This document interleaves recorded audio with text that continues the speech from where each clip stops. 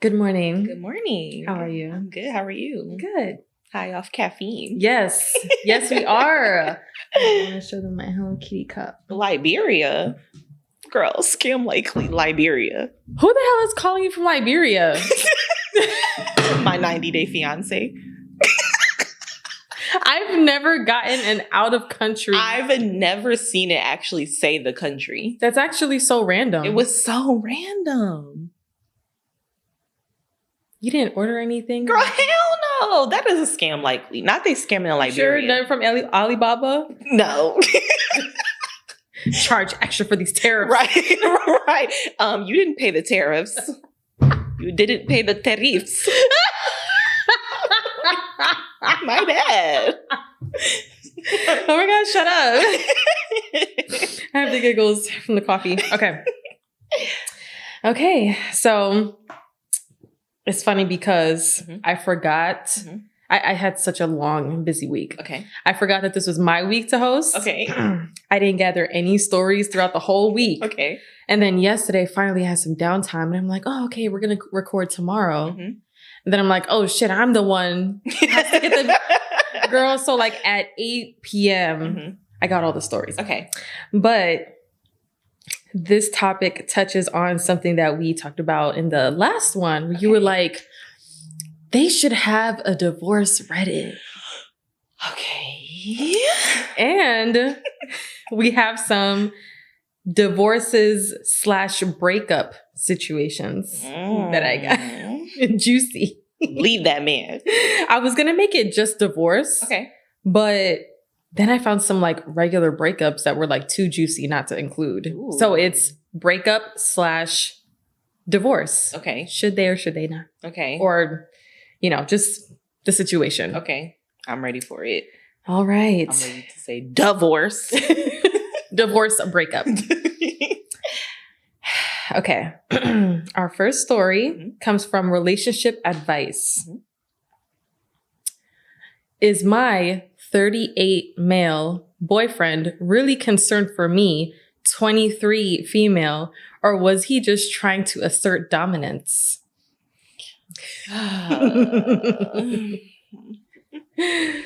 Note how I emphasize the ages. Right. 38 male, 23 female. He was absolutely trying to assert not even dominance, control. No. Yep. Okay. For some background, we've been together for a little over a year. Every time I open up to him about my struggles, whether it's being sick, having painful periods, or anything else, he acts like he couldn't care less. He'll check in on me occasionally or visit only if I ask, but overall, his support feels minimal.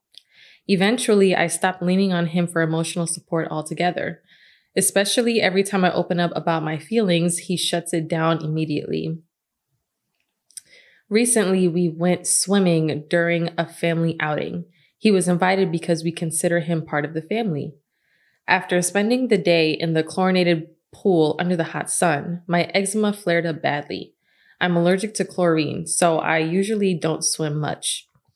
But this is a once-a-year thing for my family, and I really wanted to join. For the next 2 nights, I could barely sleep because of how painful my eczema got. I didn't mention it to him until he asked why I had been waking up so late. I wasn't sure if he was genuinely concerned or just pointing it out, but I explained that I hadn't been able to sleep because of the flare-up. Instead of showing any sympathy, he immediately jumped into blaming me. No, she says, no, how are you feeling? No, is there anything I can do? Nothing, just pure blame. You know damn well you're allergic and you still did it anyway. He insisted I should have just stayed at the cottage with my mom. I tried to explain that swimming once a year with my family was worth a little discomfort for me. It's my choice and I accepted the consequences, but he kept insisting I shouldn't have swum at all. Out of frustration, I told him, you know what my mom did when she saw me suffering from my flare-up? She took care of me and showed me love. And what was his response? That's not love, that's just spoiling you. The audacity. And to top it off, he said, I know there's no chance of me being right in this conversation. as if I was being unreasonable for wanting some empathy instead of criticism. I get that logically he's right, that avoiding the pool would have avoided the flare up, but emotionally, I don't understand why he had to be so harsh and unsupportive about it. If anything, after all the fun, I should have been the last person left out. And if I chose to accept the price of a flare up for a day of happiness, that should be my choice. I can't help but feel like he just doesn't have any empathy for me. Why do you think that is? Is this genuine concern or is it something else? I feel like he is annoying because he is treating her like she's so immature. Yes. So if you feel that way, why are you dating someone 15 years younger than you? You're about to be 40. You're about to be 40. She's 23. And you're literally treating her like a child. You should have known better. You're a child. She kind of is. She was just a teenager. Yep. Date someone your own age. That is like, I definitely think it's just him trying to assert his dominance or control. He likes being able to do that. Because even if you're the same age, your partner, every time you have something wrong, shouldn't jump straight to, oh, let me point out why this is annoying. They should try to comfort you. If anything, he should have understood why she did it and like just offered some like, oh, you want some of this or like to help with it, you know? Like I can't imagine like my partner being like, for one, he would understand like, you know, a once in a year thing. Right. And I'm dealing with some eczema. First of all, I don't have to go to work the next morning. Right. So me staying up because of some eczema is not going to impact like my regular day life. We're on, I don't know if it's like vacation or whatever. What did she say? A family outing. Okay. So even if she did have work, okay, it's still not a big deal.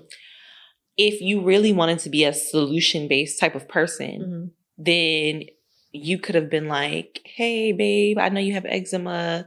Did you remember to pack your ointment? Yes, or let me grab the ointment for you and some ice packs or something in case your skin gets itchy after. Or like make sure you put something on it before you get into the pool and, you know, thinking like that. Right. But or like maybe don't spend so much time. Like maybe you should limit yourself and do like an hour in the pool or something, you know? This is why, you see, every time I'm on the internet and I see men who are like, you know, I would rather date younger because, you know, less baggage and stuff like that. But this is the thought I had yesterday. I realized men want these younger women with no baggage. But do they not realize that they're the ones giving women the baggage? Literally. So you're about to take your heavy ass suitcase and put it on top of this 23-year-old girl. And then she's going to have this baggage that all of these older men who want younger women want. Now she's going to be like, oh, men are so controlling. And the next person she's with, she's going to wonder, is he just being controlling or is he actually genuinely showing care? Exactly. And he probably just wants to, it does stroke his ego and gives him a sense of superiority to be able to like always point the blame at her for being dumb. Yeah. Like, oh, you're so dumb. Oh, the things you do are wrong, this or that. It gives him some sense of power and gratification. And that already is weird. Why do you need that in a relationship? That's immaturity in itself. Yeah, it is. It is. Like, I can't see why he would want her being that young. 23. I remember being 23. Being 23, being a little, what is it? Heartbroken or whatever. I went through a breakup and it was just, I don't know. I can't even imagine being with a 38-year-old man. Girl. And yeah, he's giving her baggage right now. He has the baggage. Exactly. He's the one being rude. His baggage is he hasn't sorted out his ego. He hasn't sorted out his feelings of wanting to hold power over somebody, to feel power in his own life. Like, what the hell? So he wants to boss this young girl around, like to beat his chest. Yeah. 38. Girl. And at that age too, that is when the most older men were ever hitting on me. When I was like 19, it was usually men twice my age trying to flirt with me. Yeah. Versus like men my own age, because they're young too, they were more like shy with it. Or, you know, maybe if you were in like talking to like multiple girls. Yeah, like, you know. Or maybe you were in a party setting and like, you know, they do kind of immature things to let you know that they like you. But it was always older men that were the most forward. Yep. And it was the most, it occurred the most at those very young ages. Like 16, 17, 18, 19, even like 14, 13. Did I tell you about this guy real quick? And then we'll go to the next story. Did I tell you about this guy that used to show up at the Walgreens that I worked at? Did I tell you about that? Okay. So long story short, there was this tall guy. He had to be in his 50s or 60s. He would come in and he would just like look at me with these googly eyes. I was in the early 20s, so maybe like 22. These googly eyes just like towering over me. He'd be like, "Hey, how you doing today?" And, you know, just, you know, sounded weird. And then all of a sudden he started calling me my Amina. Like, "Hey, how's my Amina doing?" And I'm just like, "Why are you saying my?" Disgusting. Like, why are you saying? And not only saying that, he would say it with like a smile on his face and like with the sparkly eyes and stuff. "Oh, how's my Amina today?" And like just sounding like so weird. And I'm so glad from a young age, I always trusted my gut feeling when it came to older men, because I started noticing that he would look for me. And in Walgreens, I don't know if it's like in other like pharmacies and stuff too, but in the Walgreens I worked at, there was a mirror on like the back of the store. So if you look at the mirror, you can see every aisle. Okay. Right? Girl, one time I was in one of the aisles, you know, facing the products or whatever. I see him come in and go like this. Oh my God. Don't look for me. I'm not here. Looking for me. I quit. Girl. So then I see him in the mirror and then I start like trying to avoid him. And then girl, like, cause I didn't want to like look at the mirror and then he look at the mirror and see me looking. So I was looking with my side eye. Okay. So then I'm like doing work and looking. So then I see him see me in the mirror. Right. And then he starts walking towards me. So girl, I run to the bathroom because I did not want to deal with that man. And it just turned out like every time I saw that man, I escaped to the bathroom or in the back room. He looked for me every single time. But don't say my, like, I am not yours. Disgusting. But that's how he was trying to instill that like, oh, like, why is he saying my? Like, does he like adore me or something? And it's like, no one would be flattered. When you're that young, you don't want no old ass man. You're not looking. He wasn't even cute. You're not looking at no old ass man when you're like 20 years old. He wasn't even and a silver fox. Problem. Like, girl, right. He was not no Jamie Foxx. He wasn't none of them. Okay. Not saying that mattered. Right. You know, but. Well, attraction does matter. And that's realistically, you're not at that young attracted to someone old enough to be your dad or grandpa. Yeah. You see them in the same category. Yeah. That's why the older men who like seek after. Oh, did you see that stuff with Shannon Sharp? Yes. Girl, they're 40 years older than her. Girl, they're over here talking about, oh, like we can get the young women or whatever. But if you don't have hella money, these young girls don't care about you. What is it that's like you're flaunting about getting something? You're flaunting about getting people who want to use you for your money.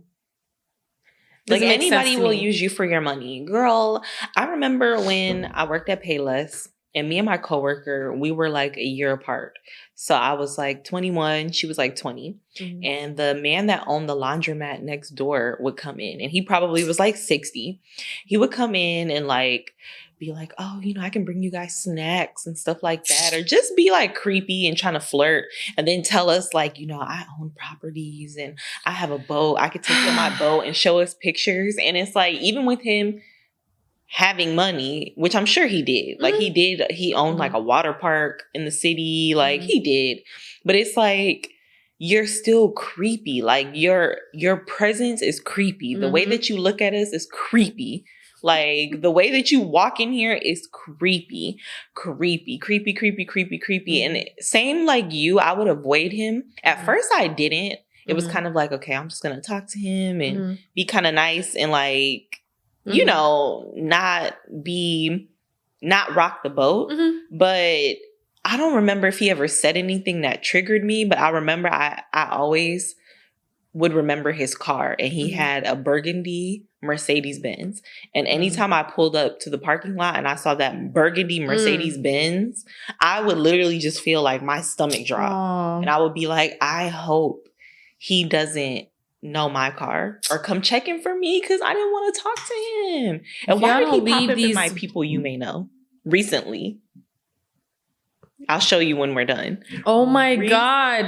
Recently. No, that's too crazy. And the picture is old. The picture is old, because that's not, I know he doesn't still look like that. How the fuck does that even happen? Girl, I don't know.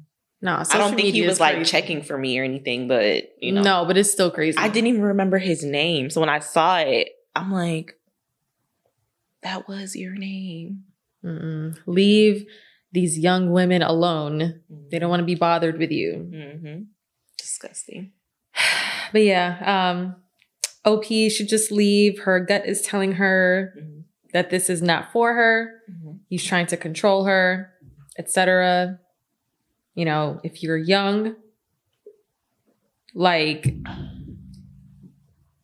dating someone that old, not that they're old, right? But you know, right. You have to really, really think about your choice before doing that. Right. I think that age gaps in relationships, I don't recommend them when I would say like under 26. Exactly. I think under a certain age. And not even like, oh, because you're 26, you're old. Because that's still very much young. 30 is young. But it's just, you have to get to know yourself. That young in your 20s, you're not that far removed from being a teenager. So even though you feel like you're an adult, you've been clubbing and you're probably in college or whatever, there's still a lot of growing you have to do, and a lot of understanding of people's intentions. And yourself. Yes, and yourself. And there are some mature early 20-year-olds who maybe have been through a lot early on in life. So they have an understanding of how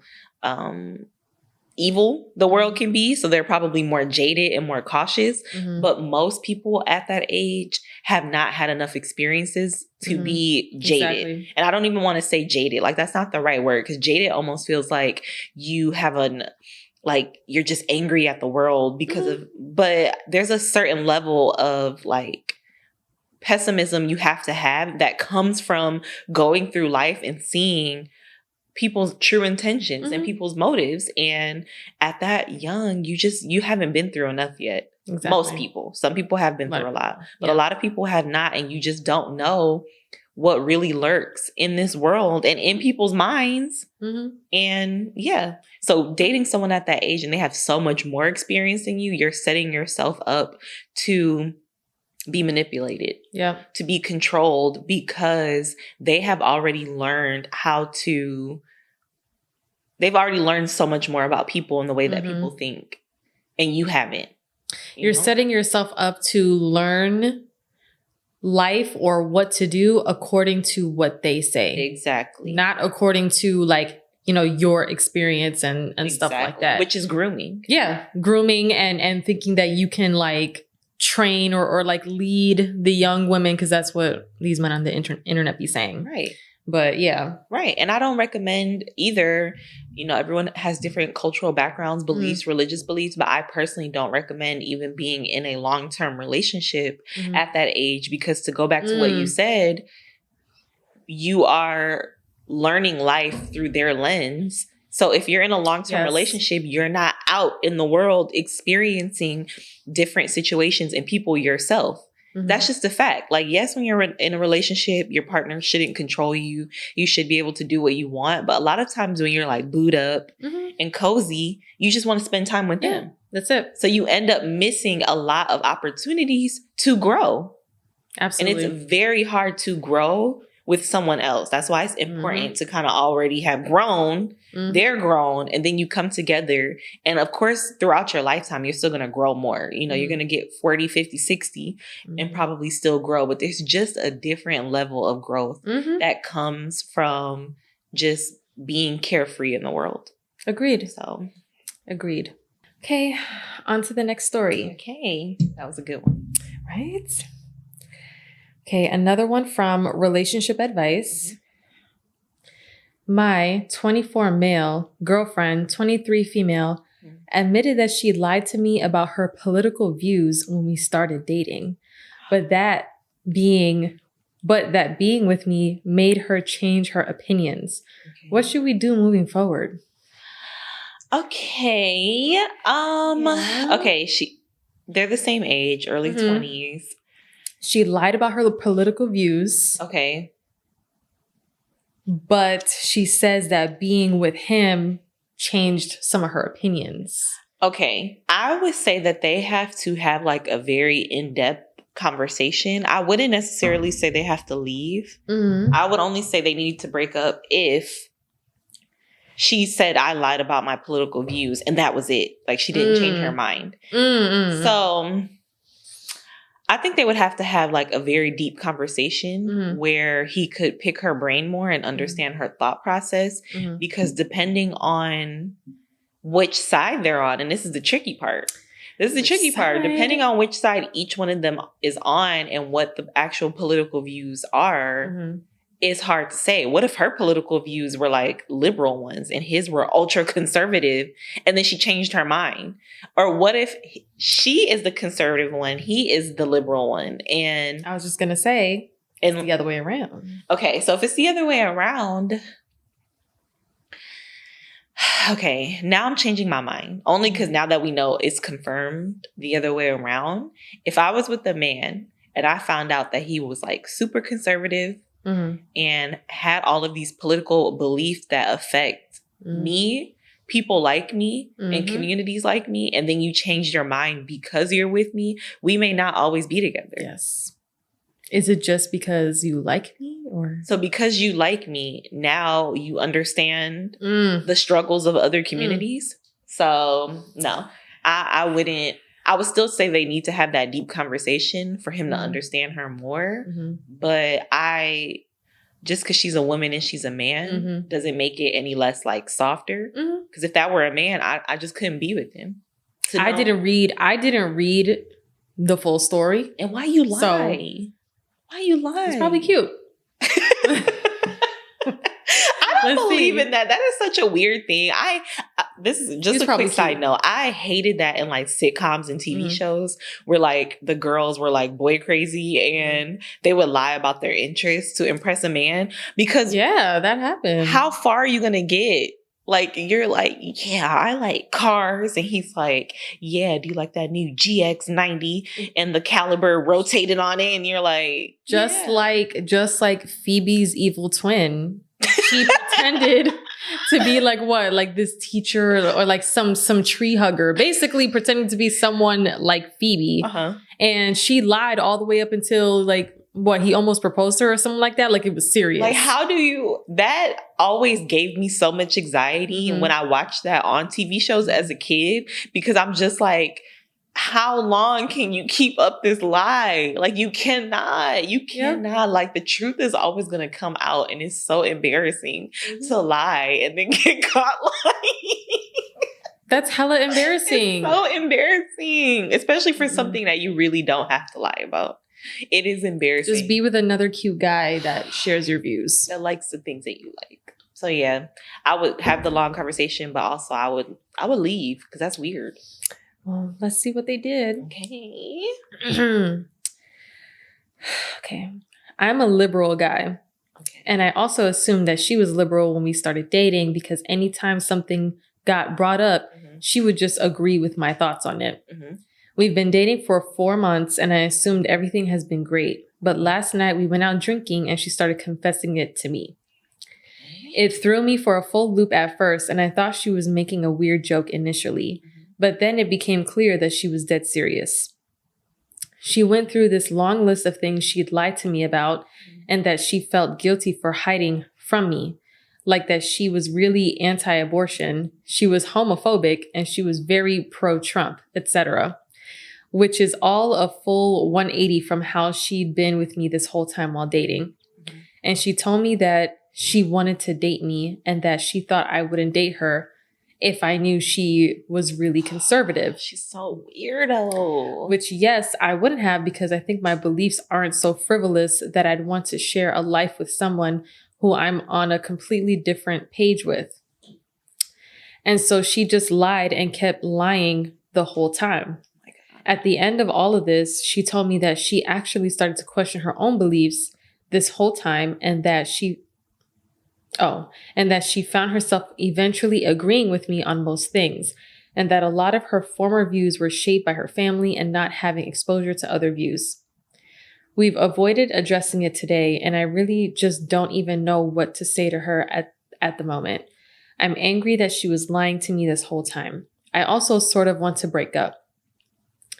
It's good for her that she thinks I helped change her mind on stuff, but I feel betrayed. At the same time, I'm conflicted. I really did like the person I thought I was dating. And I guess in a sense, she has become that person now.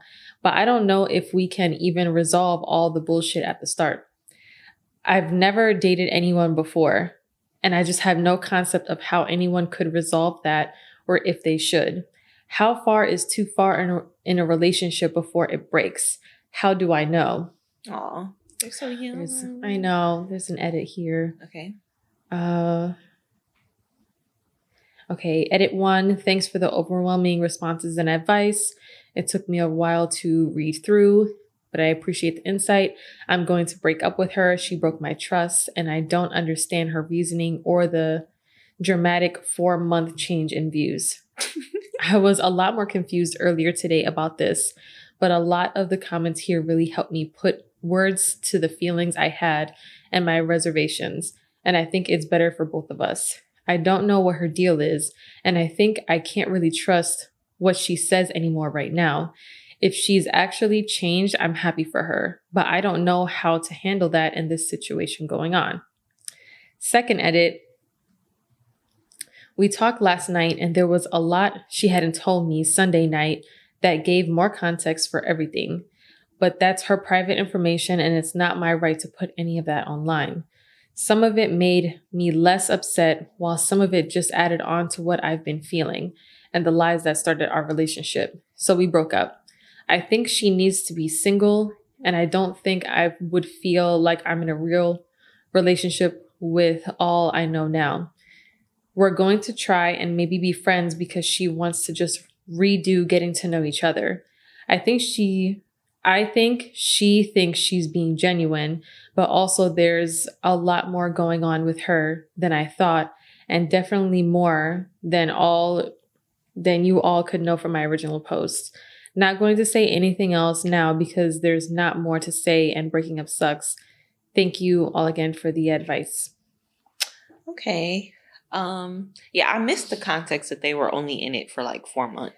4 months, yeah. So it was very new. I think that was a reason to break up with someone. I am not I'm not going to demonize her for lying, even though I did, say that I hated that on TV shows. I did hate it, but I understood it. Yeah. And I understand her being immature, but that is why a relationship isn't a good thing for her right now. She needs to go to therapy and learn how to build her confidence and her self-esteem and just being herself and realizing that you don't have to lie to be accepted. You should always just be with someone for them being genuinely themselves and you being genuinely yourself. Because any relationship that is not genuine or based on you being true to yourself and them being true to themselves is not genuine. Right. So she needs therapy so she can sort that out. And he needs some therapy too, because he did say he doesn't understand like the nuances of relationships, or like what's too much. So, or at least very much or at least at the very least, he needs to like, just date some more, or like do some reading or something to help him understand his own boundaries. Like, at least now he identified that this is not something that he wants. Right. Which is hard for a lot of young people to go through. They'll be like, like they'll know this is not what they want, and then they make a million excuses in their head and continue to be with that person. Right. Like at least he knows, like, okay, this is not what I want. I don't want to be with a conservative person because of our beliefs or whatever. Right. So, he did say that they broke up, which is, good, but he's starting out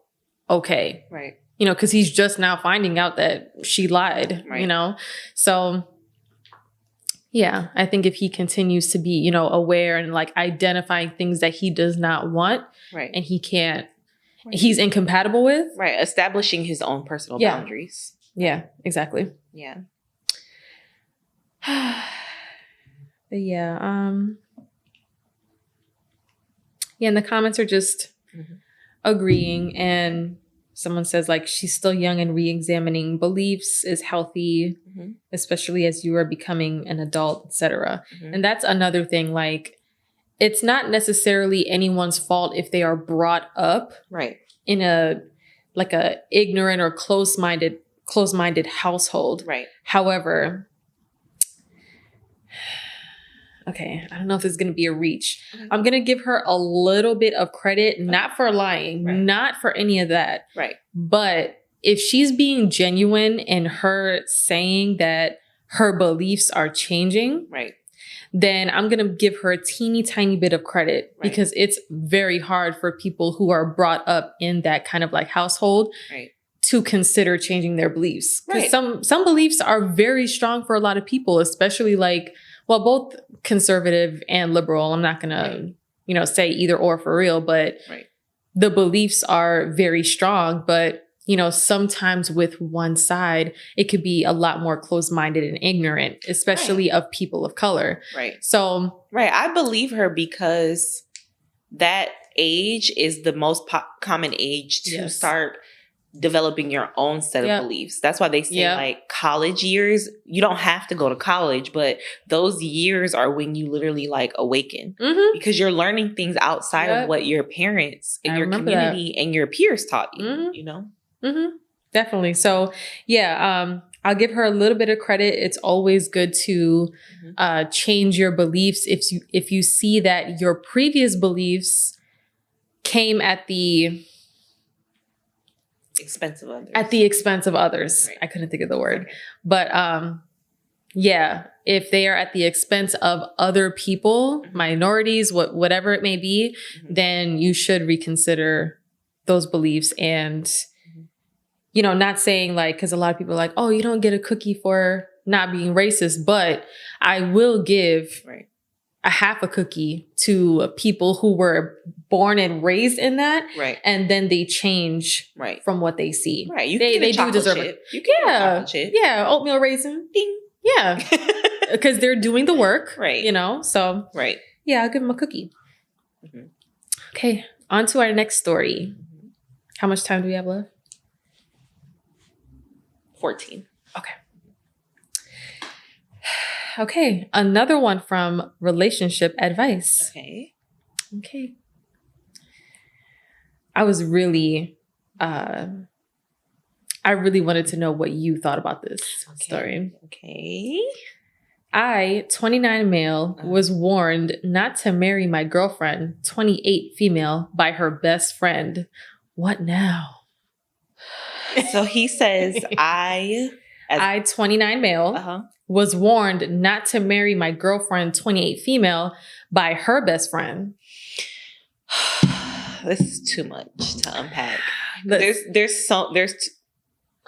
too many like there's so many sides to think about because it's like, is the best friend actually a hater?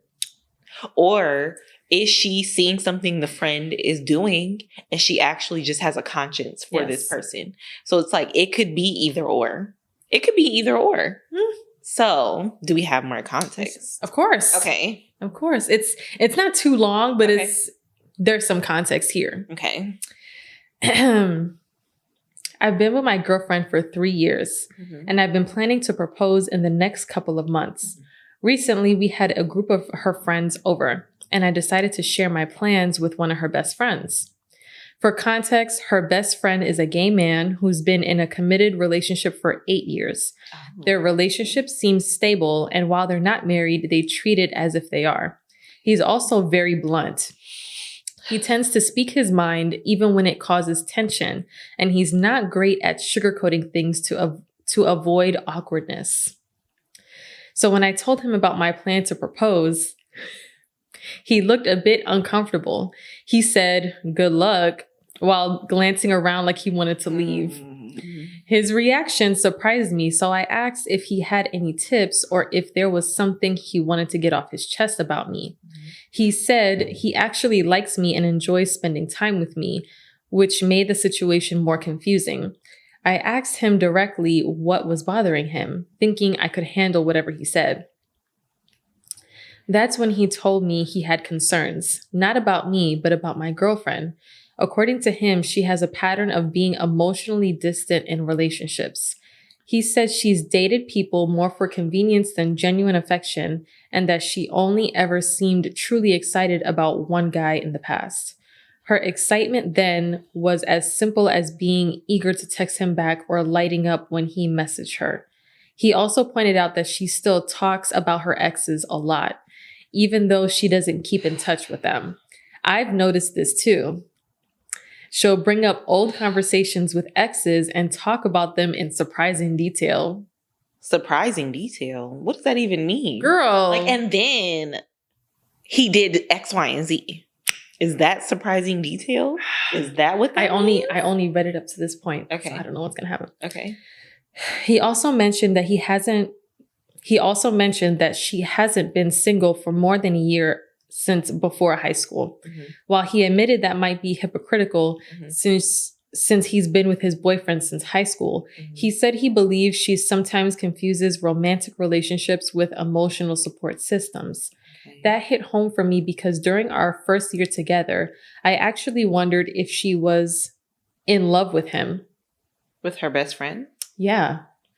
I eventually dropped that thought after spending more time around him and realizing how committed he is to his boyfriend. And quite frankly, he is very gay.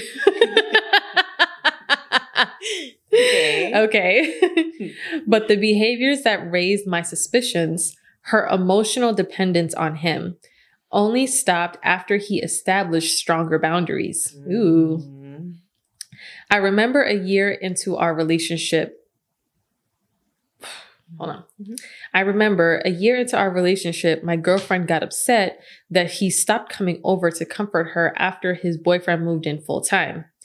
They had an argument and he apparently admitted that her lack of boundaries was part of the reason he pulled back. Sometimes she would even sleep over at his place, which always struck me as odd.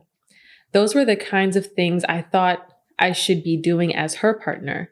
What surprised me is that she's never been overly clingy with me. If anything, she's independent and sometimes distant. But with him, she has a strong emotional reliance.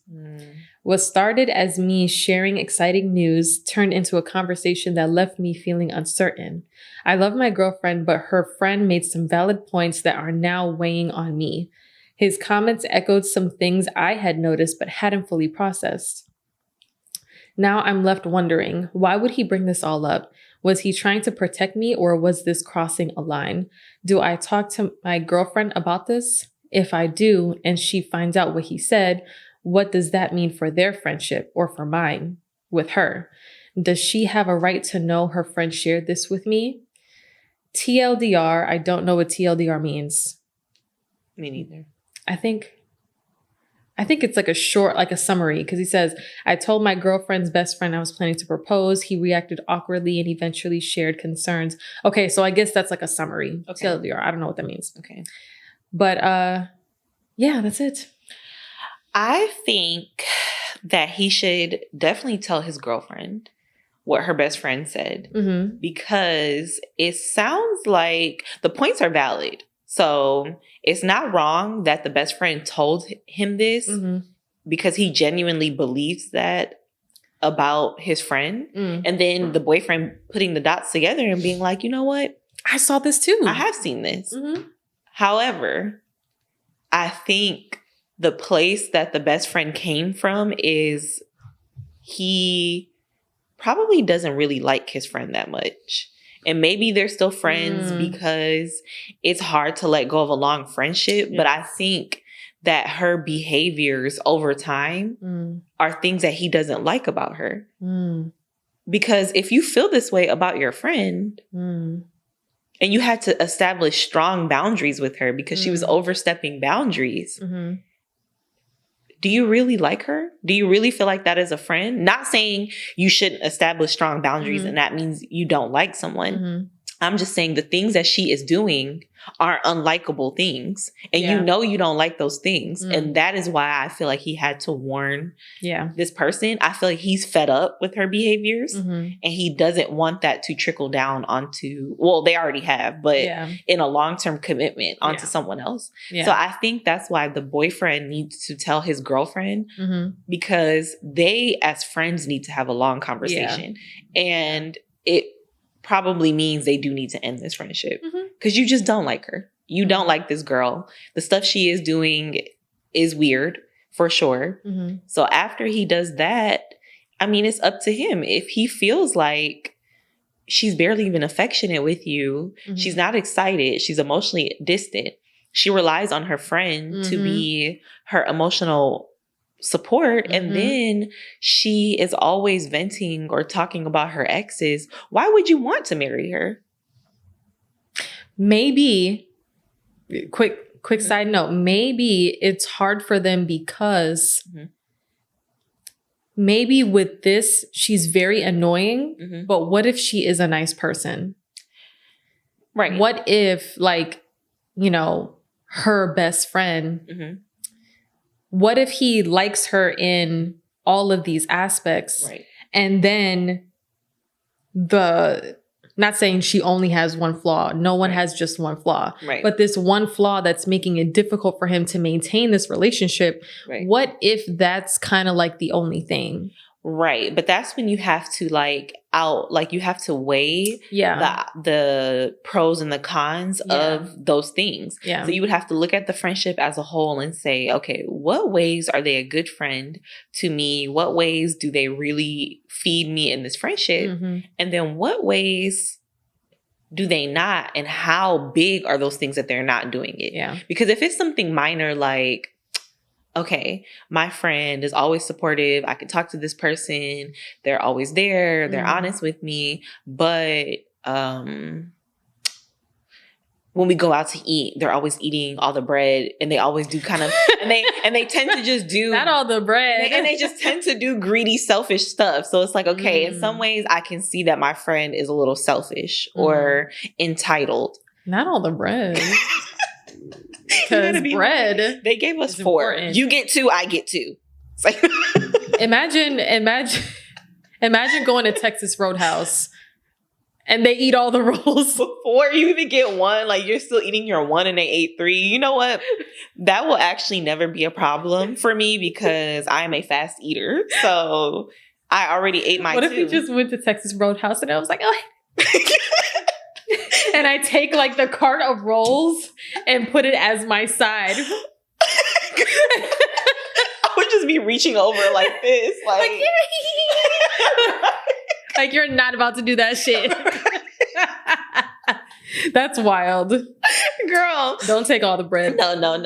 And like I said, that's more of like a light note, but like maybe you're realizing, okay, in some ways my friend can be very like selfish, but more times than not, they are not, or they're a very supportive friend. So is that actually an issue that I would end the friendship over? Or would I just talk to them and say, like, it annoys me when you do that, you know? Because, okay, no, I was going to say, did he bring that up to her? But from the story, it sounds like he did. And he was honest with her and said, like, your lack of boundaries is this and that. Right. But was it just like one time, or was it a few times? Right. And is she actually trying to change it? That's actually the most important part. Right. Because if she's just like, okay, you know, whatever, and then she's still like asking to sleep over his house all the time. Right. You know, that's not progress. They're like, this is not a healthy friendship. Yeah. But also, I would like, okay, the best friend also says that she dates people out of convenience. So if he's an honest person, I think he would have honestly told her boyfriend now, like, she specifically told me, like, the reasons why she's dating you, and it seems like they're for convenience. I think he would have told him that. But since he didn't mention that, is she actually doing that with his partner, or is that just something you think she's doing? Because it also is not fair to just think someone is doing something because you feel like, oh, well, if they really truly love them, then wouldn't they act this way? Because I saw her act this way this one time with that person. But over time, you know, sometimes our expressions of love change based on your growth, what you've been through, and also the person. And that's not to sound... It's not to say like, oh, you know, this one person, maybe that was a super passionate relationship and this person is not as much. Maybe that relationship was super passionate, but it was very toxic and not a good one. And this one, you don't feel the need to be so performative in that way, and you feel comfortable and you feel security and you love that person. Is that wrong? You know? So that is why I do think it's important for the boyfriend to tell his girlfriend, your friend told me this, but these are also some concerns I've had, and they need to have a long conversation, and he needs to really think like, do I believe that this person loves me like I love them? You know? So yeah, very true. Let's see what some of the comments say. Okay. I know they're going to tear her up. Well, I think most of the comments are on our side. We're like, you know, figure it out for yourself. Right. And it's kind of like more balanced. Okay. This one comment says, personally, I'd maybe note this guy's advice, but you should make this decision really based on your experience and your relationship. Like if his advice really hit home, then maybe bring up what you're worried or feeling to her. You have been dating for 3 years. If you don't fully agree with him, then maybe think on it some more if it's worth bringing up. I think it's somewhat normal to rely on friends in some emotional way. How is your relationship otherwise? Were there other issues that worried you before this? And I agree with this comment. For me, it's 50-50 because, you know, I'd agree, take note of this guy's advice. And if his advice hit home, like everything he said, OP was able to trace it back to what she's actually doing in their relationship. You know, so his advice did hit home. It wasn't like he was finding out this stuff for the first time. Everything he said was like, wait, she does do this all the time. She does refer to her exes all the time. Right. You know? Right. And then saying, I think it's somewhat normal to rely on friends in some emotional way. I agree. Right. However, there's a line. No. There is a line. There's a line because especially as you get older, she's 28. You know, you get older, you know, people have relationships and they work and stuff like that. I can't really imagine, unless my friend is going through like a divorce, a breakup, whatever, like my house is open to them if they are going through something like that's really hard for them to go through. But if this is your everyday life and you're spend the night, or you're so much emotionally involved with me that like your boyfriend thought that you were in love with them. Yeah. Those are red flags. Like, what if, like, in the beginning of the relationship, like, I understand he's a gay man, Right. right? However, you're in the beginning of a relationship. You don't know this man. Right. What if he's bisexual? Right. And what if they're lying? Like, people be lying. Right. So, yeah, like, it was weird. People be lying. So the fact that, like, I'm going to give him a cookie for persevering through this stuff, even though I feel like, based on the context, OP deserves better. Okay. You know? But he didn't react like all insecure and you know, like, he didn't throw accusations or whatever. Right. It was just a thought in his mind. And according to the context, he didn't like bring it up. You know, he's not like controlling or stuff like that. He wants to propose. Right. Clearly, there's something great about her that he really wants in his life. Right. However, yeah, I wouldn't say break up right away. I would say this needs a serious conversation. Right. I think she needs therapy. I think that there is a heavy codependency issue that she has going on. Right. And this is just a thought I'm having just now. Codependency, even though like you're heavily relying on certain people, codependency can also have you, like her, emotionally distant from people you're supposed to be dependent on. Right. So she's supposed to be more emotionally dependent on him as her boyfriend. But instead, her codependency with her friend is keeping her from really connecting or really being emotionally, not heavily emotionally dependent, but being in a long-term relationship, both of you are going to be emotionally dependent on each other on a healthy level. Right. So, yeah, I think that she needs therapy. I think that he needs to hold on to the proposal. I don't think that he should bring that up. I don't think it should be an option right now. Right. They need a conversation, possibly a whole other year in their relationship to see where it goes. Right. To see if she is wifey. Right. You know? I still believe, I agree with that. And I still believe, like, I just think her and her friend are not friends. And it's not because he told. I think he was right in telling, but I just feel like if you feel that way about your friend and you have to warn their partner, you don't really like them. You don't like them, or maybe you feel like, yeah, you think this person is questionable. So why would you be friends with someone that you think is questionable and does things that are just unlikable to you? Question. I agree. However, because I it's funny, we're talking about this now. I had a thought a few days ago.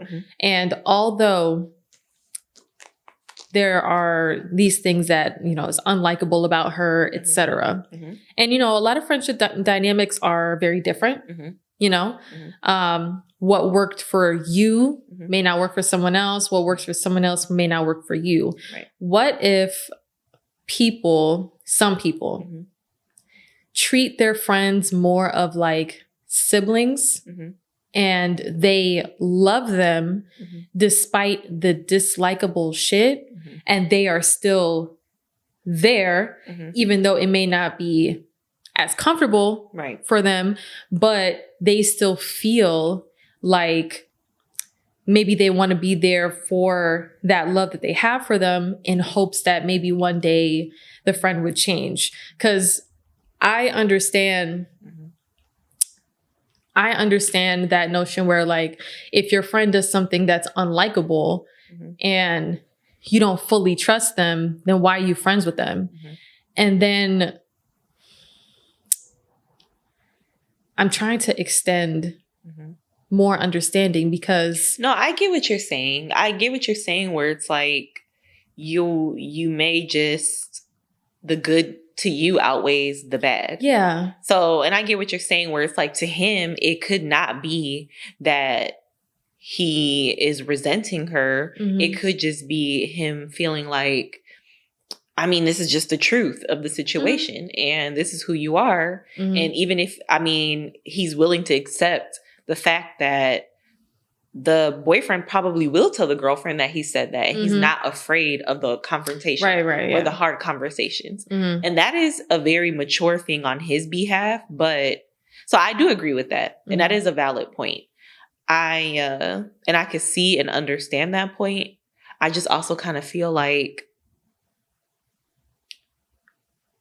I don't know. I guess I would have to know what he does like about her. Yeah. You know? Yeah. I guess I would have to know what he does like about her. Yeah. Because it can feel the same way for the boyfriend. You wanted to marry her. Yeah. So that means like you were ready. There's something there. There's something there. But then when I hear all of these things that she's doing, they sound like very red flags. Yeah. Like, why are you talking about, what did he say? Talking about her exes with shocking detail.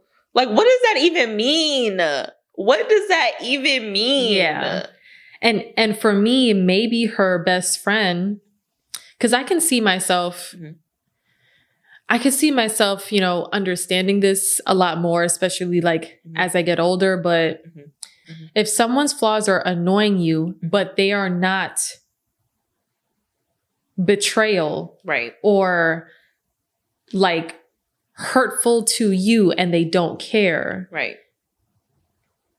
I feel like in some cases it's fair to adjust boundaries and be very straightforward to them, right, but it's not that fair to completely cut them off because you know, the older I get, I think about, you know, 10, 20 years down the line, right, what if, and maybe I'm giving too much of the benefit of the doubt, I don't know.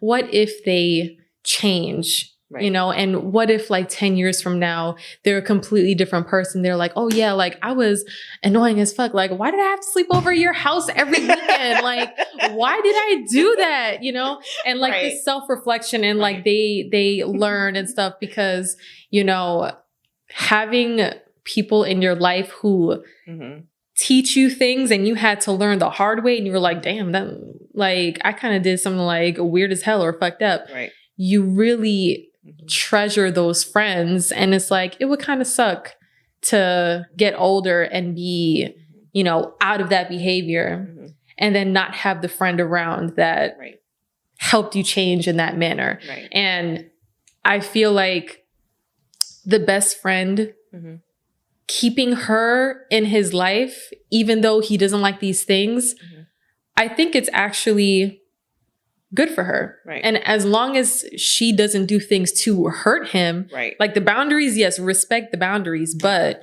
if she's not like, you know, cussing him out or, you know, like doing stuff to hurt him, right, maybe he's just like, you know what, I love her, but she's a pain in the ass. Like, you know, sometimes those dynamics can really, you know, help people grow and you know, I don't know. No, I agree.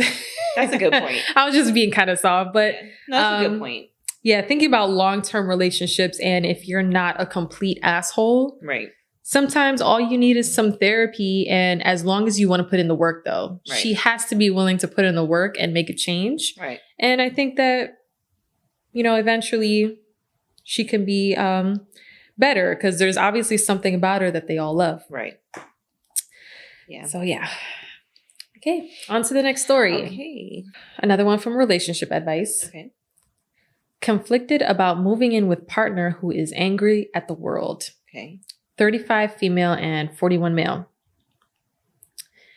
The anger and resentment that my partner has about life right now is worrying and hard to be around.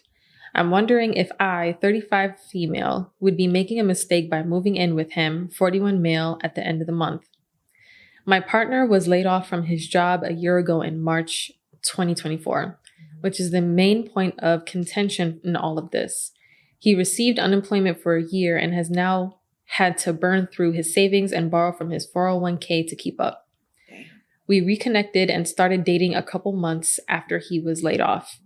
We live several states away, so our relationship has been long distance from the beginning, but we have made it work pretty well.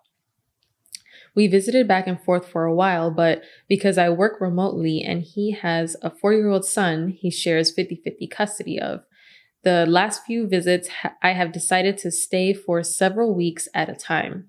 I get along really well with his son and have interacted several times with his ex-wife, so all is well on that front. My lease is up at the end of the month, and I'm not particularly tied to where I live, which is in my hometown. I moved around a bit earlier in life and moved back there in 2015, but never saw myself living there long term, so I have no qualms about leaving. This OP put in some context, Okay. so it's a little long. Okay. My partner has been wanting me to move in with him for several months.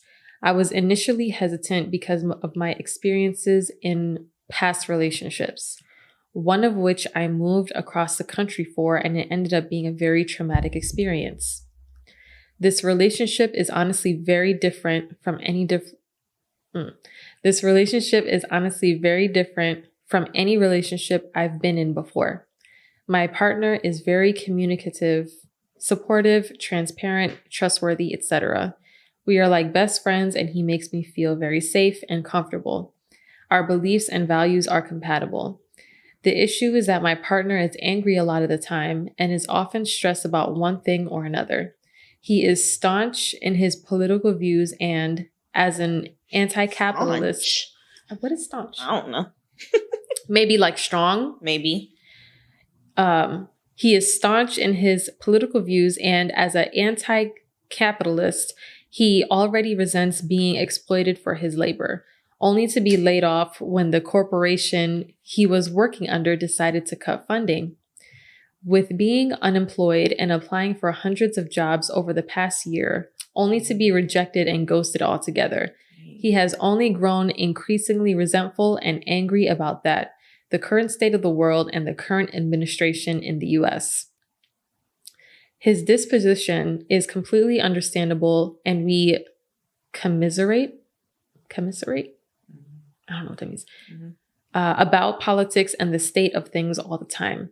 I share a lot of his beliefs, but with not having a job to distract him, that anger and resentment tends to be more of his focus throughout the day, while I'm busy working and he's trying to find someone willing to exploit him, in his words.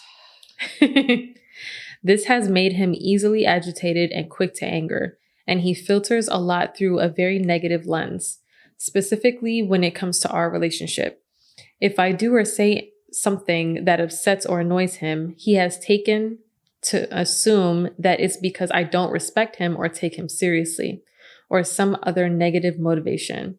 I am a very opinionated and inquisitive person, and that can be very challenging.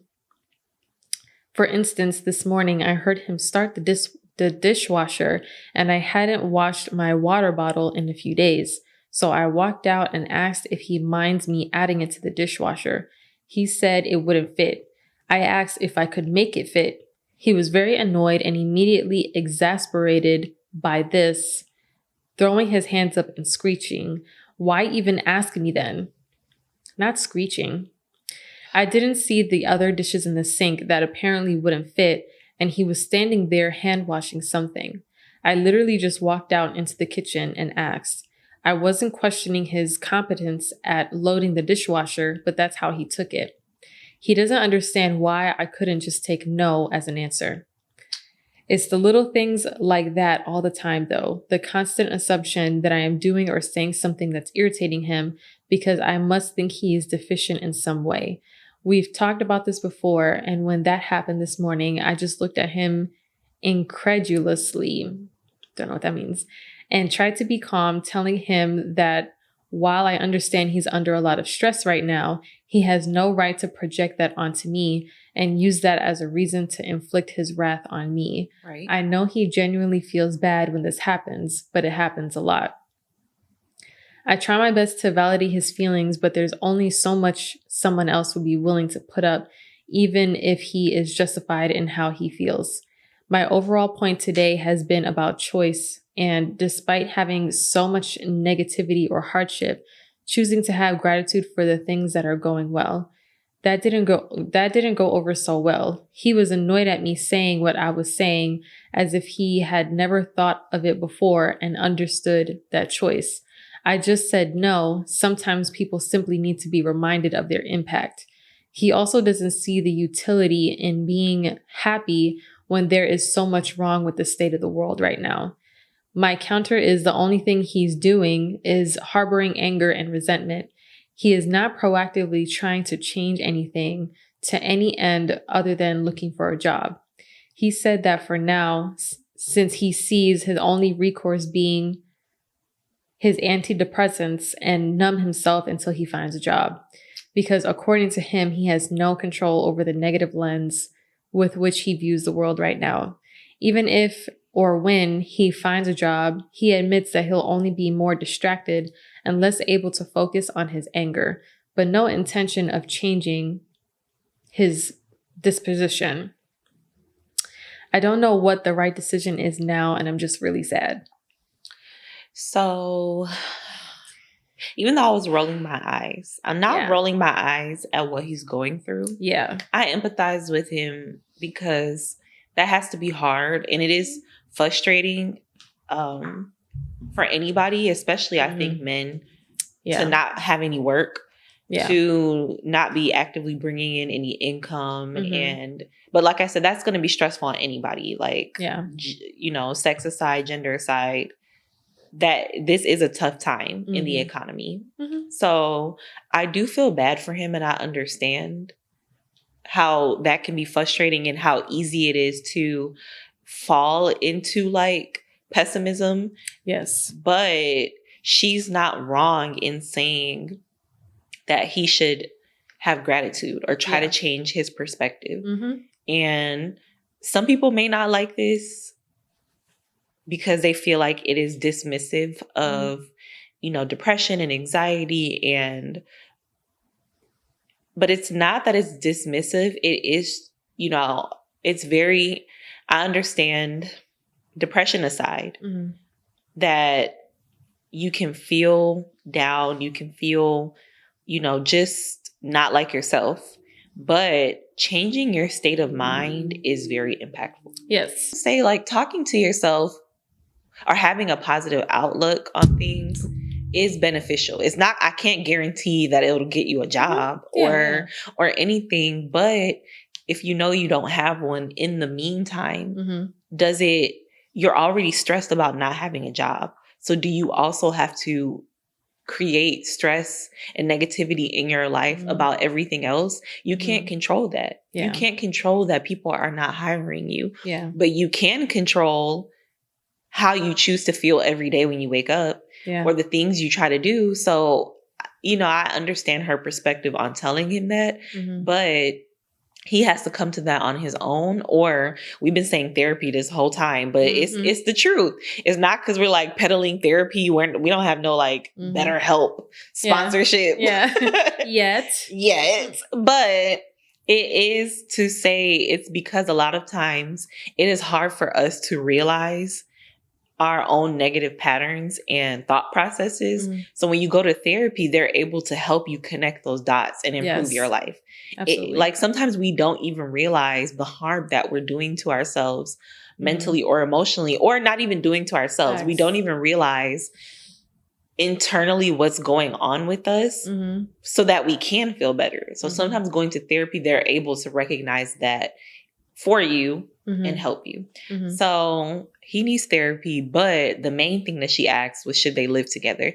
Absolutely not. Yeah, no. Absolutely not. No. This is not the time to be living with anybody. For one, he's not financially stable. So going into, it doesn't matter if you love this person or not, going into a commitment of a lease or a home with someone that probably won't be able to afford the rent or bills is not going to be a smart financial move for her. And especially if he's pissed off about it. Like, not trying to, real quick, like, not trying to judge him. But if you have a car, drive Uber. Like, there are options. There's ways to just make a little bit of money. Yes. A little bit of money. Just to put some extra in your pocket. The last thing I'm going to say, who's to say that he would not get comfortable in this state. Not saying Facts. he's not actively looking for a job. He wants one, but he also doesn't like the fact that we have to work. Yeah. Yes. Yeah. I'm not even going to get into my political views on capitalism, none of that. Modern day slavery. But yes, it is frustrating that our economy is set up the way that it is, but it is the way that it is. Yeah. So nothing you can do. Nothing you can do until things change, if they ever change. So you just have to go to work. You can't use that as an excuse. So that could be a very long-term consequence for her, is that he just gets comfortable. And now she's going to always be supporting another grown person. So yeah, I'm not in favor of that. It's especially because it looks like it's not just his frustration of being fired. It's his frustration with, capitalism and overall what he has to do. And it's also, I believe, is depression. Like he said, like antidepressants and stuff. Yeah. This is depression. And sometimes for a lot of people, depression isn't like something that targets everything in their life. Sometimes it targets a specific thing that gets them bothered. Like he's depressed because of his hyperfixation on capitalism and the job and what he has to do to make money. He's not angry and frustrated that, he has this nice person in his life, like all that other stuff. His depression is because of the hyperfixation on what's going on. I'm not saying that's the only reason, but a lot of times you can, and I'm only saying this from experience, you can put yourself in depressive mindsets because of your hyperfixation on certain things that you can't control. Yeah, I agree with you. I feel like sometimes depression can make you have a distorted perception of reality. So it's like, it's like the reality is our country is a capitalistic country. That is a reality. There's nothing as an individual, one person, that you can do about it. So you have to work in order to earn money. You have to do some form of work to earn money. And when you're in the depression and you have this distorted view of reality, it makes you hyper focus on the negative parts of reality.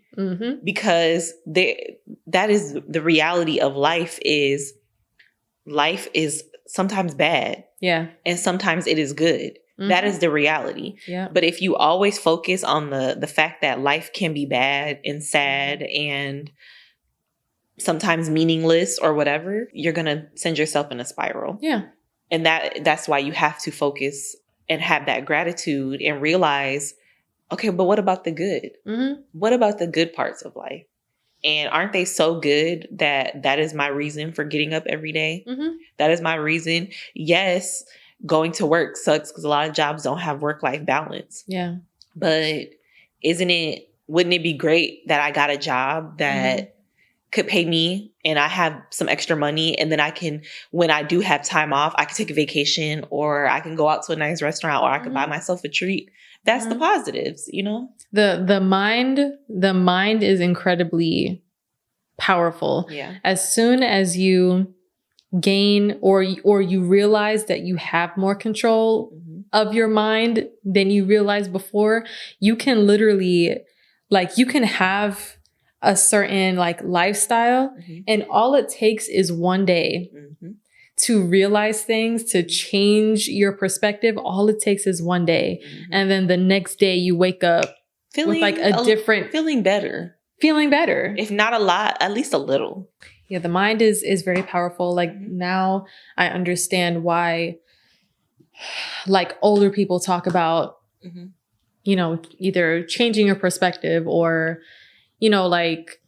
sometimes you're going through life and it's like, you think that sometimes like older people who have more of an acceptance of the world and are able to travel through it easy, you think they're more so like either naive or maybe in somewhat of a denial. But one of the easiest ways to go through life is embracing acceptance, acceptance of the good and bad, accepting that, you know, either death happens or sicknesses happen. What makes it like either worth living or easier to live through is acceptance. Yeah. Like, one of the things that kept me in a depressive state, honestly, was thinking about death. Yeah. And although it may sound morbid, a lot of people are so anxious and depressed about death. Yeah. But coming from experience, that comes from lack of accepting that death is a reality. Right. So because I was like in my mind all the time. Right. It was like a daily thing. Right. Like, especially my mid-20s. Right.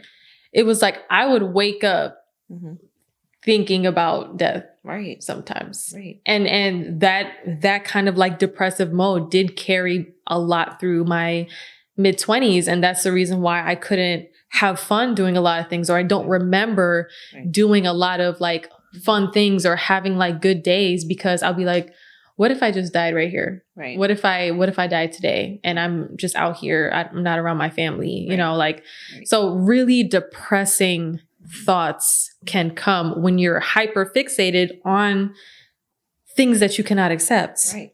So what he needs is acceptance in his life. He needs to embrace acceptance, and he needs many sessions of therapy to help him through that. Right. So yeah, just like what you said, right now is not a good time to live with this person. No. Then I instantly thought about my mom and my grandma constantly telling me to talk to my plants. Right. Like, how crazy is that? My mom talks to her they're plants. alive. Yeah, that's my mom does too. She names them. Like, they all have their own names. Mine have names too. That was always her thing growing up, was her being like, you have to name them. And I remember I had did this internship when I was in college, and it was at like a court, and the guy that I was working with, I remember in his office, he would play music for his plants. So even when he was gone, he'd leave like the music on. I love that. Helps them grow. And I'm like, that's so cute. I love that. And real quick, I don't know if I told you about, because I have a friend who is like a plant mom, right? Like, I don't remember how many plants, maybe over 100 or something like that. She gifted me, I think it was last year for Eid, she gifted me a Monstera albo. I don't know if do you know what plant that is? You know, the Monstera plant. Yeah, like this. But it has white on it too. Oh, nice. It's a very rare plant. Okay. I love her for it. Okay. But, okay, the plant is called the Monstera albo. Okay. I just wanted to share what I named her. Okay. Okay. My plant's name is Idrissa albo. That's so cute. Like Idris Elba. Yeah, that's cute. So yeah, I was just really proud of that name. Cute. Yeah. I thought of it myself. So whoever else has that name for their plant is copying me. Okay. All right. Now these next ones are shorter. Okay. Okay. This one, it says it's an update, but I don't know. Something happened, but I thought this was kind of crazy. Okay. Okay. Caption from Divorce says, my husband flew across the Atlantic without telling me and then emailed me that he wants a divorce. What? Okay. Because it says recap. So I think, I don't know if there's like an actual link to it or whatever, but I just thought it was interesting to bring it up anyway. Okay. Almost 4 weeks ago, my husband snuck out of the house while I was at work and flew to London. He called me while he was boarding the plane. He then, a week later, emailed me that he wanted a divorce. We've been married for 15 years. He's been extremely uncommunicative, even after I emailed him that I didn't want a divorce, and we should stop, and we should at least attempt counseling. Still no response after I wrote that I had found his credit card debt. But again, we can work it out. Last night, he wrote me that he had a health episode that he didn't tell me about and that he had met someone online and has been staying with her. I already knew that's what it was for. Because Yeah. why did you fly to London? He said they met on a pen pal site and he had lied to her about being married. So he went in. I think she spelled something wrong. He went to something in order to explain it, and she has forgiven him. Mm-hmm. The first, I believe, looking back. The second, well, he's been spending thousands on hotels since he left. But I have to accept it at face value. In any case, I told him that if he really wants a divorce this bad, he can have it. Mm-hmm. I gave him until the end of this day, Friday, to get me details about his finances, and then I'll put together a proposal on how to divide everything. I've also been investigating. Divide? Girl. Okay. No. I've also been investigating stuff on my own, and I don't see any evidence he's squirreled away money. He's just spent a lot of money. If he agrees to my proposal, then I'll pay for the lawyer to draft it up and we'll get it done. I don't want this, but I have to face reality. And you're paying for the lawyer? And he asked for the divorce? No, he pays for the lawyer. Mm-hmm. There is no division. We get a divorce and you get out. Like, yeah. Because what is there to divide? He was cheating. He was literally cheating, and then sat here and racked up credit card debt to travel to see this mistress. Bye. Divorce. To see this mistress in London. Divorce. And yeah. Not sneaking out of the house to leave the country. Girl. Like that. You did it in the most awful way. Like, he didn't have an ounce of care for her feelings. Mm-hmm. Yeah. Like, you're her husband and you just snuck out the house and left. Yeah. I think it's just a shock of her feeling defeated. And that's why she's like, I'll just pay for the lawyer. Girl, bye. You better get mad. I feel like bad. Get mad. I feel like in stories like this, there were plenty of other signs beforehand. Yeah. And then, like, I don't really believe that stuff like this happens randomly. Like, one day you're actually very, very, very happy. Right. And then the next day it's just catastrophe. No, he probably was cold, distant, always on the computer. Yeah. Or on his phone. Yeah. And they've just been married probably for a long time. So she's just kind of like, whatever. Mm-hmm. We're in a bored phase of our marriage. And the whole time, he was having an affair. Yep. Bye. I knew she was going to say that, because why else would he randomly go out the country? Yeah. And they had the nerve to bring up this health scare. Shut the hell up. You didn't have no damn health People scare. using mental health again. You did or not, health. Yes. You did not have a health scare. You're just trying to gain a little bit of sympathy because you know what you did was cold-blooded. That was cold. Yeah. That was cold. Yeah. Even though the story didn't have like much context, I went to the Atlantic. I'm like, oh shit, like that's crazy. Yeah. Yeah, there's not much context. I think because they updated it in like a different post, I couldn't find the original story. I don't know. But I still thought that was a little crazy. Very. So on to the next story. Okay. Another one from Relationship Advice. Okay. I, 27 female, don't know how to deal with my cheap boyfriend, 28 male. How cheap? What's cheap? I, 27 female, have a boyfriend, 28 male, who I've been dating for a year. We split the cost of nearly everything. He won't. Oh my God. He won't even buy my coffee without me asking. He's extremely frugal, to the point where he only buys certain vegetables based on the sale price or splitting a cocktail. You should see your face. Sharing a drink? What is the point? We shouldn't even just... No, we're not ordering a drink. Ew. He nickel and dimes me for everything. I am increasingly bothered by this. I think the moment that was a tipping point for me was when he wanted us to split the cost of a Plan B when a condom broke during sex. Bye. And he even brought it up to me again the following morning. He says he wants to stay with me for the long term, but I'm not sure. I think we make a good match other than how cheap he is. I make less than him, $75K a year. He makes about $90K for work and probably $80K from day trading. So maybe you're making almost $200,000 a year and she makes $75K. And you're nickel and diming her and asked her to give you half on a plan B for a condom that you broke. And it probably broke because you bought the off-cheap brand. You bought the generic brand. You didn't buy the Magnum. You bought the Magnum.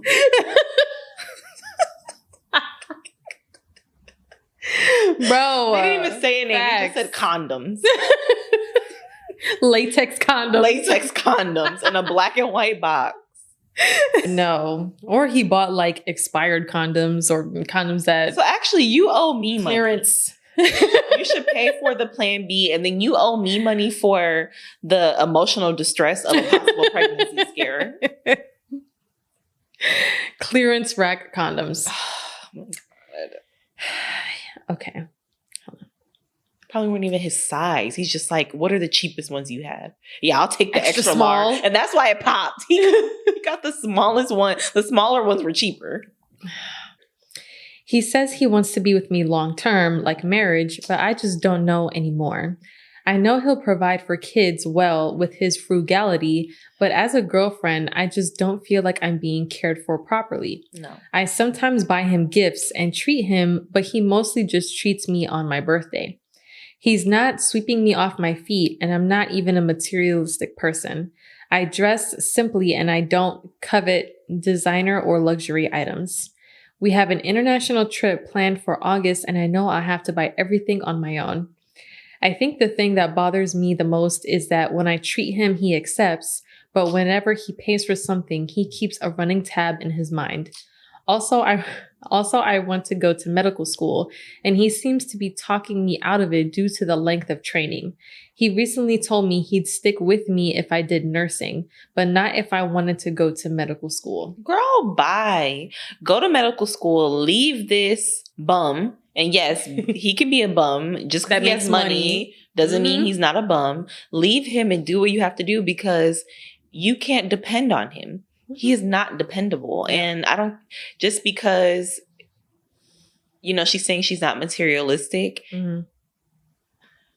I don't care what anyone says. Women like stuff. You like things. It doesn't have to be expensive stuff if that's not someone's taste. But flowers, gestures like that, treating someone to dinner, taking them out on dates, buying cute little trinkets, buying their favorite items, buying their favorite snacks. Those are gestures that most women will appreciate, and you don't have to break the bank to do it if you don't have a lot of money. And if she's someone that is like, I don't want you to spend a lot of money on me, but to know that you can provide for her is important. Yeah. Point blank, period. So him doing that and having a running tab, first of all, it's petty. But if you're so frugal, then why are you okay with accepting her gifts? You're just selfish. So you're frugal, you're selfish. I don't even like the word frugal. You're cheap. Yeah, that's not frugal. Yeah, you're cheap. You're selfish. And you have the nerve to be doing it to her and then asking her to pay for plan Bs. Like, this is not half a person. She shouldn't even want to spend her life with him long term, because long term is just going to be like this. You're not going to get a nice engagement ring. You're not going to have a nice wedding. Nope. You're not going to have a nice honeymoon. Nope. Unless you're willing to fork a lot of the cost for this stuff. Which only treats on birthday, like, you know, not assuming like if they follow a religion or if they're, you know, not religious, but what about regular American holidays like Christmas? You're saying he only treats you for your birthday. Are all these other holidays that you might follow, are they being left out too? No Christmas, no Valentine's Day. I was literally just thinking Valentine's I don't Day. care what anybody says. It's capitalistic. It's just man-made. It doesn't matter. Yeah. And when I walk into Walgreens and CVS and I see 2 aisles All dedicated to hearts and teddy bears, I want a heart and I want a teddy bear. I want the Russell Stover chocolates. The assortment. Yep. And I want a teddy bear. Mm-hmm. And I want a bouquet. Yeah. And I want to go to dinner.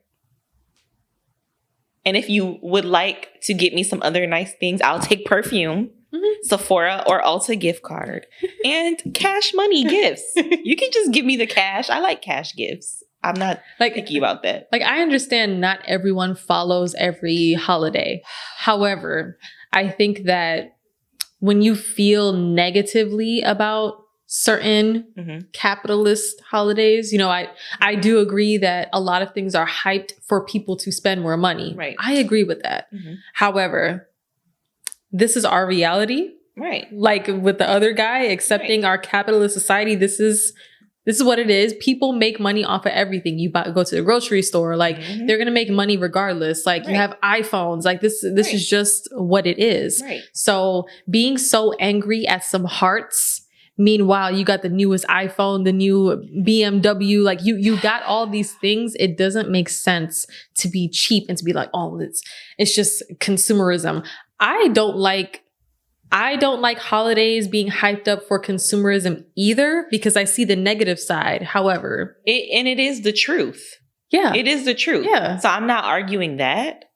But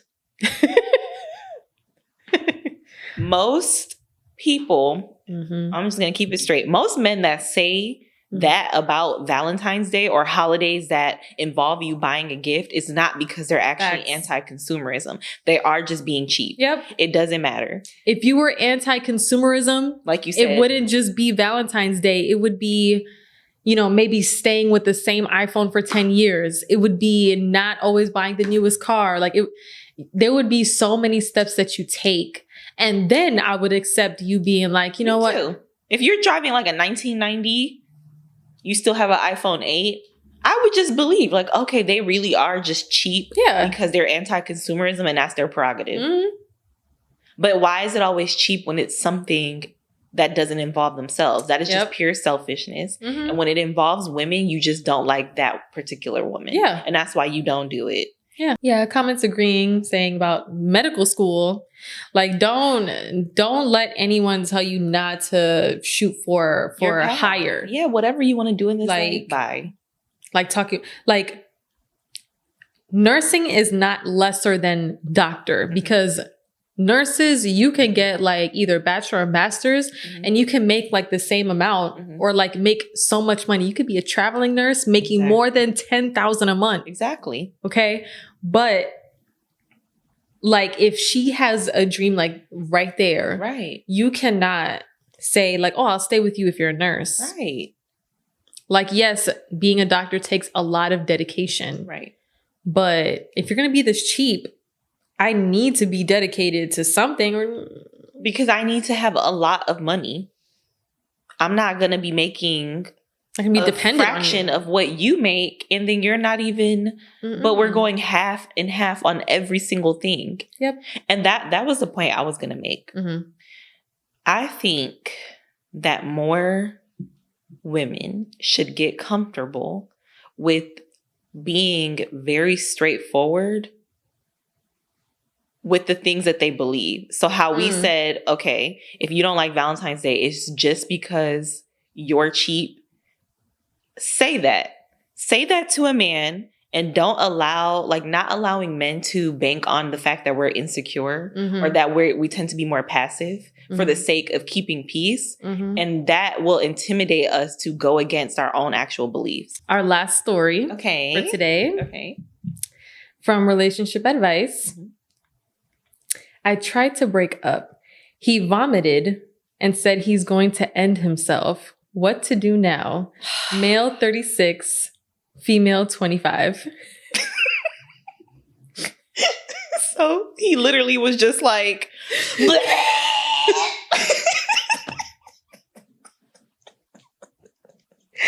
know what's funny? I literally thought this was the perfect story, like I said earlier, because I envisioned him like on the grass. Why are you throwing up? Why are you throwing up? You faked it. You did not. And you know what? Not gonna lie. Uh-huh. Even though this story is entertaining, part of me thought like, what if I'm being mean for laughing? Because what if it's real? How do you just throw up on command? How do you just throw up on command? No, he was like, It's like, oh, my stomach hurts. Oh, right. Why does your stomach hurt? Why? No. Mm-mm. Okay. Okay. I've realized we're on different paths. As much as I wanted it to work, I tried to tell him this the other day, and well, he ran onto the grass and projectile vomited from the physical pain this is causing him. Dramatic. I don't know if he was forcing himself to do it. Regardless, I'm shocked. Why does she even think that he was possibly forcing himself to do it? She knows he a little dramatic. Because her intuition is saying he's faking it. And then he ran out the house. He ran out to the backyard.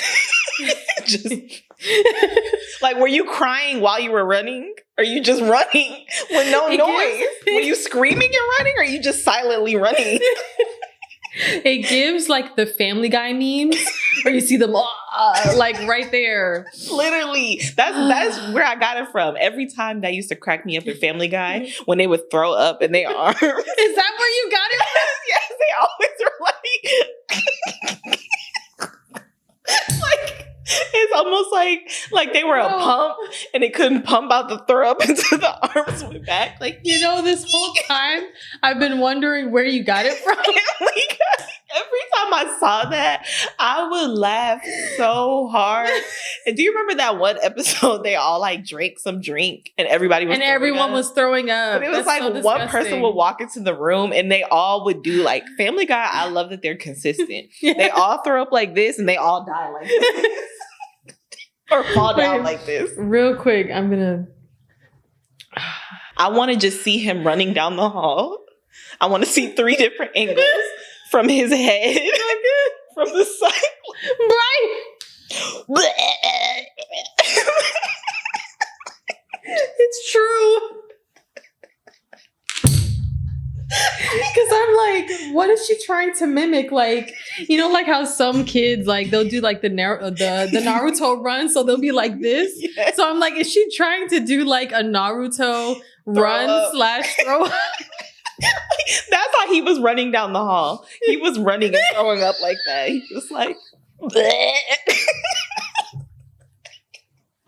he was doing that down the hall. Please. I would have been kind of scared. Like, scared because if you've never seen like your man just be super emotional and he just like starts running and is like crying and screaming, I would be scared. Why did you add the running? Because he was running down the hall and then he threw up. So it had to be like...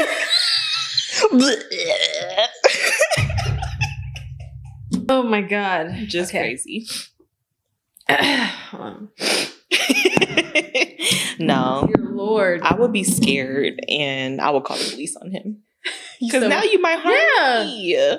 Yeah. Like what if part of that was true, but not true as in like this is how he's actually feeling. Right. True as in this is like his tactic to keep you there. He's like, after he throws up, if I can't have you, no one can. Boom. So no, I would have been scared and I would have not followed him outside when he was running.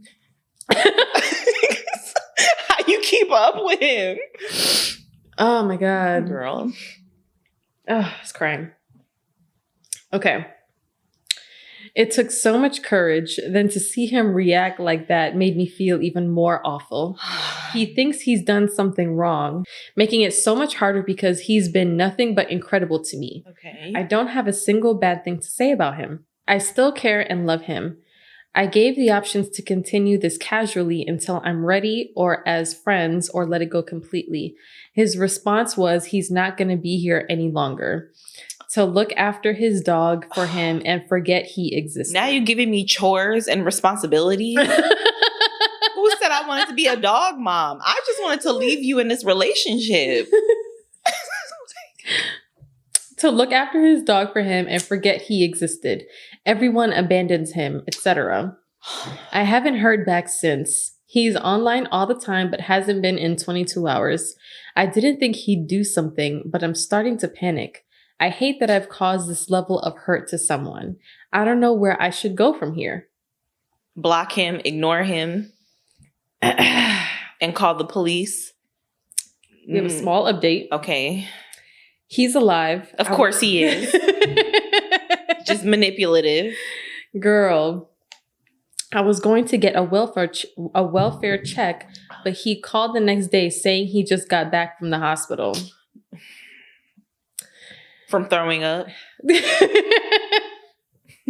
Never gave a clear answer as to why or what exactly happened, though. He was hysterically sobbing, begging to see me, and that if I didn't, he's actually going to go through with it this time. It's really sad we had to end like this, but yeah, can't thank y'all enough for the advice and support. Has helped me see a lot that I couldn't, so thank you. Girl, block your number. That is not your responsibility. He's not going to do it. He's manipulating you. And he was not in the hospital. No, he was not. They did not emit him because he threw up. He's a liar. He's a liar. Now I'm feeling like, how was he a nice person all the way up into this? Maybe love bombing? Maybe, because he's crazy. Yeah. This is just pure craziness. Mm-hmm. Pure craziness. I'm not being unsympathetic or I'm being mean. That is crazy. Yeah. And you don't do that throwing to people. Up. No, what kept getting me was the projectile throwing up. Why was there so much in there? What if, like, yeah, it's either, for me, I think he either forced it. Mm-hmm. So like maybe like he ran onto the grass and then like quickly did like the finger in the throat thing, because like I know he's exaggerating. Right. However, how can you exaggerate that efficiently?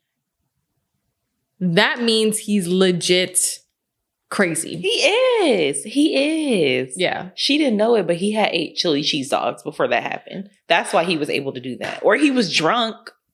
What if he was drunk? I was going to say, there's not a lot of context. Mm-hmm. So we don't know if they were drinking. We don't know if they were smoking. Like, right. We don't know what they were doing. She just said, I tried to tell him this the other day.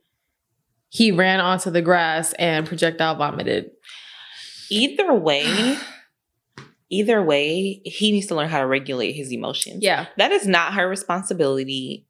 It's not.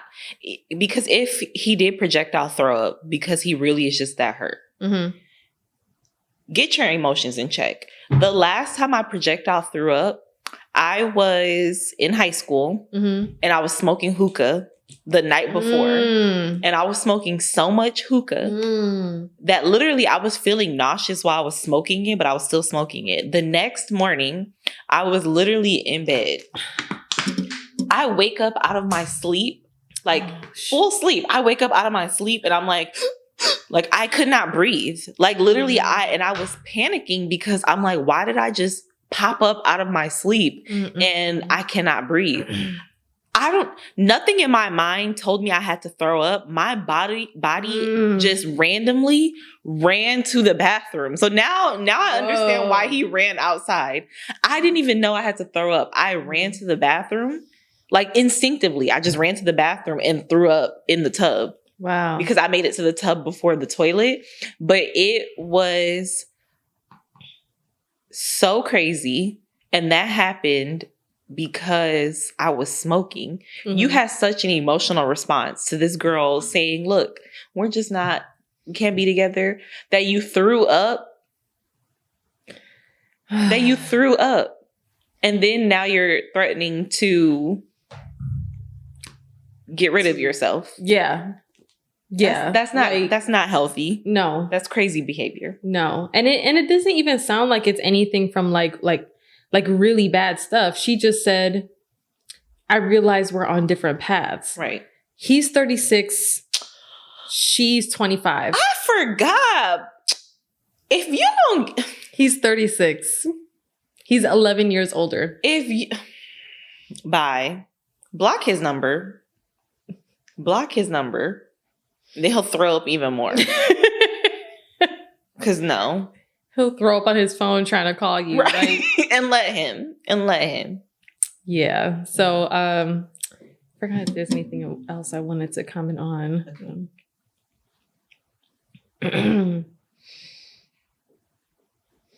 Yeah, like to me, like you said earlier, it's already a thought that he was forcing himself to do it. Right. So for me, he'd probably been dramatic and manipulative before. And you can tell when throw up is real versus like when it's like exaggerated. Like I've never had to fake a throw up, but I feel like, because I've thrown up multiple times in my life, obviously, but the way that, like how uncomfortable it is and everything like that. However, sometimes, like when it's there and like for me, when I have to throw up, I have like a really bad headache and it doesn't go away until sometimes I force myself and then it comes out. Then I feel relief. So it's like, how are you going to projectile vomit?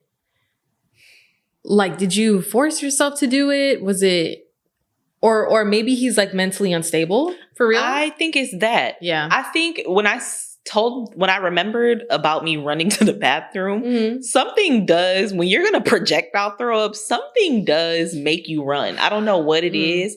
Before you hit this, you have to hit this. So like, now I believe him, but that is very emotionally unstable that you did that because she said she wanted to break up. And yeah, now I'm thinking about it. If I'm remembering myself, he wasn't screaming. He wasn't saying nothing. He was just, what did they say, asshauling it? When they be like, when you're running so fast. Hauling ass. He was ass-hauling it and hauling He that wasn't ass. hauling ass. He was ass-hauling. Some rest in that grass. Yeah, he probably does that often. And I'm wondering if she just said it like plain and simple like that, and then he just got up and did it, or did she like tell him and they were going back and forth, and then he went in. Like how much time in between? Was it just like, okay, you're her and I'm him? I realize we're on different paths. That's what I'm wondering. If it was that, yeah, I would have just left. I wish she provided more context. Me too. However, vomiting after that is already enough. Even if, and we're going to give a little bit of the benefit of the doubt. Right. Even if this was actually causing him pain, right. He's, somewhat mentally unstable or maybe very immature, like childlike or whatever. Right. Even if that's the case, she should not be with him. Yeah. Because he needs intensive therapy. Yes. You shouldn't be projectile throwing up every time you're sad or like hurt. Is this the first time he's tried this? Has he tried it on maybe other women? Because he's 36. What if he had like a whole history of women that he tried this with, and maybe sometimes it worked, and then he just thought, I'll do it. I'm going to projectile throw up every time. He trained his gut to do that. You see, this is also why I tell the men in my life and my husband, like, women are the ones who see the deep depths of male behavior. Yes. Because I know that he is not doing this around his friends. Yes. Y'all have never seen your homeboys cry. You never seen your homeboys crash out. No. But we have. We have experienced the crash out. And with men, they don't like to, well, some men around like their homies or whatever, they don't like to seem like, overly emotional or, like even on I Am a Stalker on Netflix. Most of the men were like, "Oh, I don't believe I'm stalking." You know, stalking is like a embarrassing. You know, like none of them. Like they because they're mentally unhealed. I mean, not even unhealed. That's the wrong word. They're mentally unstable. Yeah. That they don't even realize that they're a stalker. One man was literally like, he created an entire map of her home. Do you remember that? But he was trying to be like, he was in jail at this point. He's like, I just like to draw, and I thought it would be fun to draw that. I remember that. You did not think it would be fun to draw an entire map of her house, including the exits and where the alarm security cameras were. You did not. You did not just think that would be fun. You did not want to be an engineer. You did not want to be an architect. You sat up here, drew that, and then somehow someone outside of jail that he knew got that and then tried to break into her house. But you just did that for fun? Like, they just are... That's a whole nother conversation. Yep. That would be a fun segment. Like, not on that show specifically, but maybe if they drop a new season. I'm waiting, like literally like every few months, I literally go back to I Am a Stalker, I Am a Killer, like those series, and Worst Roommate. Worst Roommate, Worst Ex. We could do some recaps on those. Yes, that would be so fun. But yeah, I'm waiting for Netflix to drop more because those were really good. And yeah, none of them knew they were a stalker. And all of them were men, except one woman at the end of only a handful of season 1. There was literally one lady, and the rest were men. And a lot of them had crazy eyes. Like all of them had crazy eyes. Yeah, I'm pretty sure this guy would be the type to stalk her. Oh yeah, block him. But the comments say, you know, do not fall for this act. Don't be manipulated. You know, it's embarrassing. He's too old to act like that. Just get him a welfare check, and typically that puts the end to the bullshit. Yeah, a lot of people in the comments are saying that when their exes like tried something like this, they just called the police, and it never happened again. That's what a lot of comments are saying. Like, my ex did this. I called the cops. He never did it again. So it's like, if you don't call the cops and if you like, you know, whatever, like trying to soften it, he's going to do it again. Like, because they know that they can get the reaction out of you that they want, which is either they want you to stay, they want you to feel bad for them, they want your time, they want you to stick around. If you call the police, they're going to be embarrassed. He knows that doing something like that would make her feel bad. Thus, bring in the sympathy card and like, oh, he vomited because he loves me so much. No, he vomited because he's crazy. And he has a weak stomach. Yeah, but that is the end of our stories. Those were some good ones. Right? That was pretty funny. Dramatic. Crazy. Thank you guys so much for watching. If you like these stories today, please like, comment, and share. Also, don't forget to subscribe to our channel so that way you can see more content like this. Okay, bye. Bye.